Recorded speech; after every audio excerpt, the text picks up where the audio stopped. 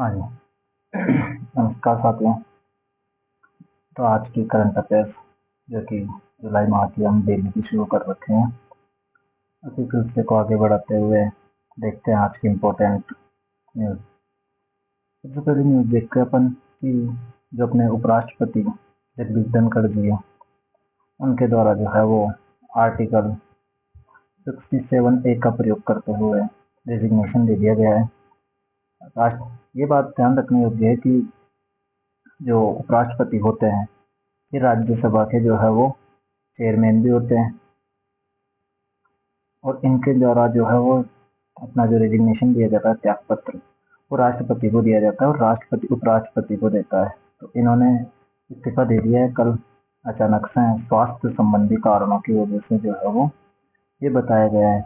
हालांकि इसमें बहुत सारी जो है वो राजनीतिक उठापटक है, पर फिर भी ये चीज़ जो है वो देखने योग्य है। तो आर्टिकल 67A का प्रयोग किया गया है। इसमें साफ साफ बताया कि जैसे ही आप अगर रिटर्न में जो है वो त्याग पत्र देते हैं तो इमीडिएट जो है वो लागू हो जाता है और इमीडिएट रूप से जो है वो ये पद खाली हो जाएगा। अब इसकी जो है वो आगे की प्रक्रिया क्या है, तो अब आगे जो है वो चुनाव करवाया जाएगा। ये रिप्रेजेंटेटिव एक्ट RPA एक्ट 1951 में कहा गया है कि यदि पद रिक्त होगा तो जो है वो जल्दी से इसका चुनाव करवाया जाएगा। चुनाव में जो है वो जो राज्यसभा के जो सदस्य होते हैं MP, उनके द्वारा ही जो है वो राज्यसभा लोकसभा के जो MP है उनके द्वारा और राज्यसभा के नॉमिनेटेड मन वो सभी भाग लेते हैं। इसमें जो चुनाव आयोग द्वारा जो है वो जल्द ही इसकी अधिसूचना जो है वो जारी की जाएगी। चुनाव आयोग इसकी अधिसूचना जारी करेगा। आगे देखते हैं फिर। तो एक SIR special intensive revision project है, ये एक पहल है जो कि बिहार राज्य द्वारा शुरू की गई। होता क्या है कि इसमें बिहार में उपचुनाव है तो मतदाता सूचियों का नवीनीकरण किया जा रहा है। इसके तहत घर घर जाकर जो है वो मतदाताओं की जानकारी ली जा रही है, जानकारी जुटाई जा रही है, और देखा जा रहा है कि अगर कोई जो है वो मर गया है या छोड़ दिया गया है, वो वहाँ का नहीं रहा है तो उसका नाम को जो है वो काटा जा रहा है। इसी प्रकार से अभी तक लगभग 52.3 लाख मतदाता जो है वो संदिग्ध पाए गए हैं और उनका जो है वो नाम हटाया गया है। इसी का जो है वो ये कहना है कि ये आर्टिकल 326 के तहत, तो ये जो है वो महत्वपूर्ण हो जाता है कि कौन सा आर्टिकल है। तो 326 के तहत ये जो है वो इसमें कहा गया है कि 18 प्लस से अधिक उम्र के जो है वो या नागरिक जो है भारत के नागरिक होते हैं, सार्वभौमिक वयस्क मताधिकार, उसी के तहत यह किया जा रहा है। फिर देखते हैं अपन डॉक्टर दीपक बाघेल। तो ये हाँ अभी जो है वो कल ही इनकी 21 जुलाई को जो है वो नियुक्ति की गई है अटल इनोवेशन मिशन के MD के पद पर। तो अटल इनोवेशन मिशन जो है वो 2028 तक बढ़ा दिया गया है 2.0 का। जो मुख्य उद्देश्य जो है वो है कि जो इनोवेशन नवाचार को बढ़ावा देना, स्कूलों कॉलेज वगैरह में शिक्षाओं को जो है वो क्षेत्र में नवाचार को बढ़ावा देना। तो उसके MD नियुक्त किए गए हैं। इनके द्वारा इकोनॉमिस्ट में जो है वो पढ़ाई की गई है। इकोनॉमिस्ट है, बहुत ही अच्छे, और USA से इन्होंने मास्टर की डिग्री की हुई है। इसमें इनकी जो नियुक्ति अवधि रहेगी वो 2 वर्ष की रहेगी, जब तक या तो 2 वर्ष या अगले आदेश तक। इस मिशन का क्या उद्देश्य है? मिशन का उद्देश्य नवाचार और उद्यमिता के लिए राष्ट्रीय पारिस्थितिकी तंत्र को मजबूत बनाना, यानी कि इस क्षेत्र में जो है वो और क्या किया जा सकता है, इस प्रकार से जो है वो कौशल नवाचार को बढ़ावा दिया जाए, रोजगार पे जो है वो अवसरों को सृजित किया जाए। तो इनके द्वारा जो है वो ये किया जाता है अटल इनोवेशन मिशन के द्वारा। और ये सबसे इम्पोर्टेंट बात, अगर ये अटल इनोवेशन मिशन के देखें तो ये नीति आयोग के अंतर्गत आता है। नीति आयोग की एक पहल है, उसी के अंतर्गत अटल इनोवेशन मिशन का जो है वो संचालन किया जाता है। नीति आयोग जो कि 1 जनवरी 2015 को मंत्रिपरिषद के एक आदेश द्वारा बनाया गया है, ना तो वैधानिक है और ना ही संवैधानिक है। फिर देखते हैं प्रधानमंत्री मोदी की जो है वो 3 दिवसीय यात्रा है, जो कि 23 से 26 जुलाई तक होगी, और 2 देशों में जाएंगे। 2 देश कौन कौन से हैं? एक तो यूके है और एक मालदीव है। यूके जो कि यूरोप में है, ब्रिटेन जिन्होंने राज्य किया है भारत से, और एक मालदीव जो कि अपने जो है वो अंडमान निकोबार की तरफ है, जिसमें जो है वो अपन सॉरी अंडमान निकोबार नहीं, ये जो श्रीलंका है इसके नीचे की तरफ जाते हैं तो वहाँ पर देखने को मिलता है भारत के नक्शे में। अगर अपन इसको देखेंगे तो इसी जगह पर मोल्डीव देखने को मिलेगा। ये यहाँ पर श्रीलंका है, यहाँ पर जो है वो छोटा सा टापू है, मोल्डीव यहाँ पर देखने को मिलता है।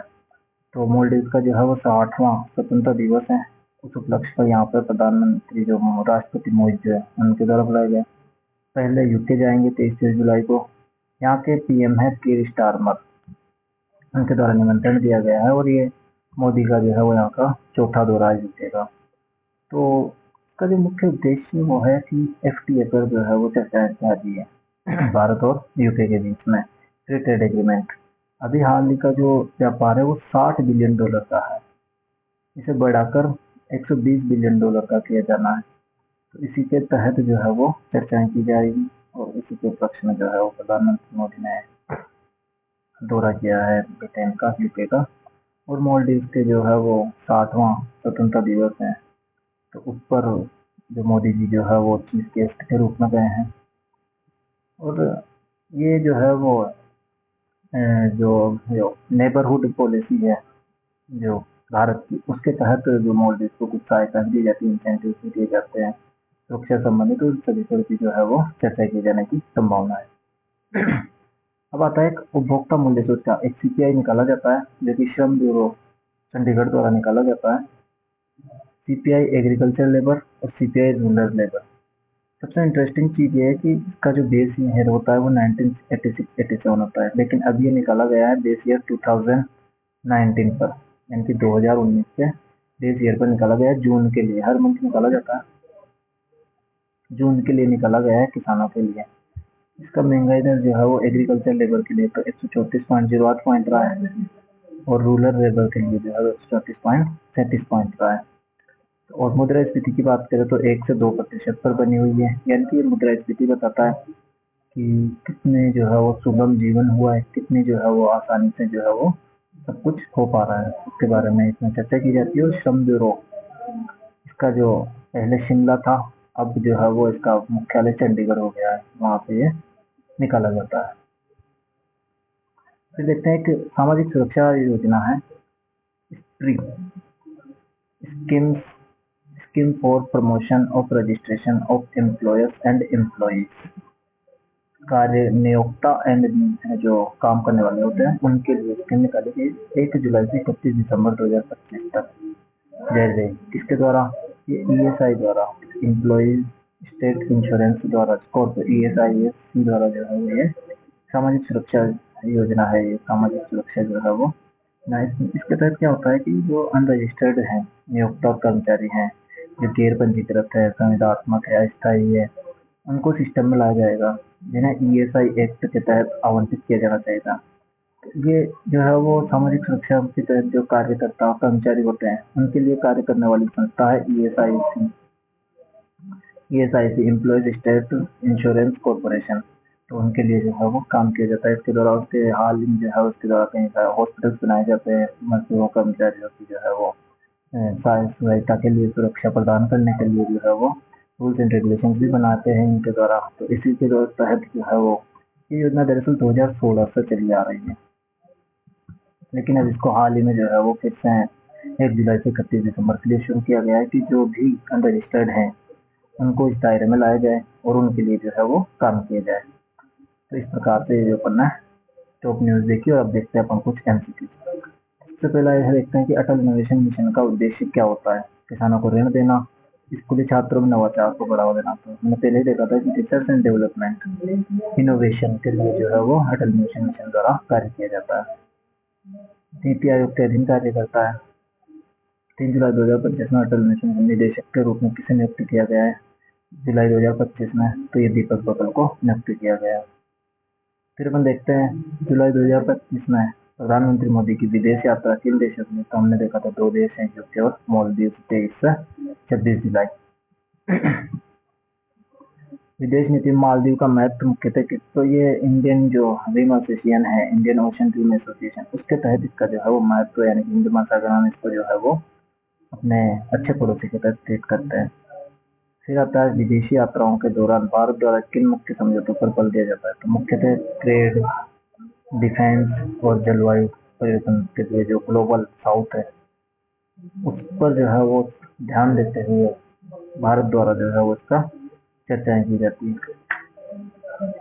फिर श्रम ब्यूरो द्वारा निकाला गया है खुदरा मूल्य सूचकांक किसके द्वारा निकाला गया है? श्रम ब्यूरो द्वारा चंडीगढ़ में। जून 2025 में जारी CPI-RL का उपयोग मुख्यतः किस उद्देश्य से किया जाता है? तो मनरेगा मजदूरी तय करने में इसका जो है वो उपयोग किया जाता है मुख्य रूप से। तो मनरेगा में जो है वो कितनी मजदूरी दी जानी चाहिए, कितनी कम की जानी चाहिए, कितना बढ़ाया जाना चाहिए। फिर ग्रामीण महंगाई को दर्शाने के लिए कौन सा सूचकांक प्रयोग होता है? तो CPI-AL और RL। नेक्स्ट देखते हैं सिक्री 2025 अभियान का संबंध किस संस्था से है? ESIC। ESIC किस श्रेणी के कामगारों को करता है? केवल संगठित क्षेत्र के मजदूरों के लिए है जो कार्य करता है, उन्हीं के लिए जो है वो सुविधाएं भी उपलब्ध करवाता है। स्वास्थ्य बीमा और सामाजिक सुरक्षा में ESIC का मुख्य योगदान किस क्षेत्र में होता है? स्वास्थ्य बीमा और सामाजिक सुरक्षा। इस प्रकार से हमने जो है वो आज के टॉप मोस्ट जो एग्जाम वो पॉइंट जो न्यूज़ थी उनको कवर किया है, जो कि PIBs हैं और भी ऑथेंटिक सोर्स में जो भी रिलीज होती है पूरे दिन की, उनको कवर किया। और कुछ MCQs देते हैं किस प्रकार से जो है वो बन सकते हैं। तो ये बहुत ही इंपॉर्टेंट है, तो ध्यान रखना योग्य है। धन्यवाद।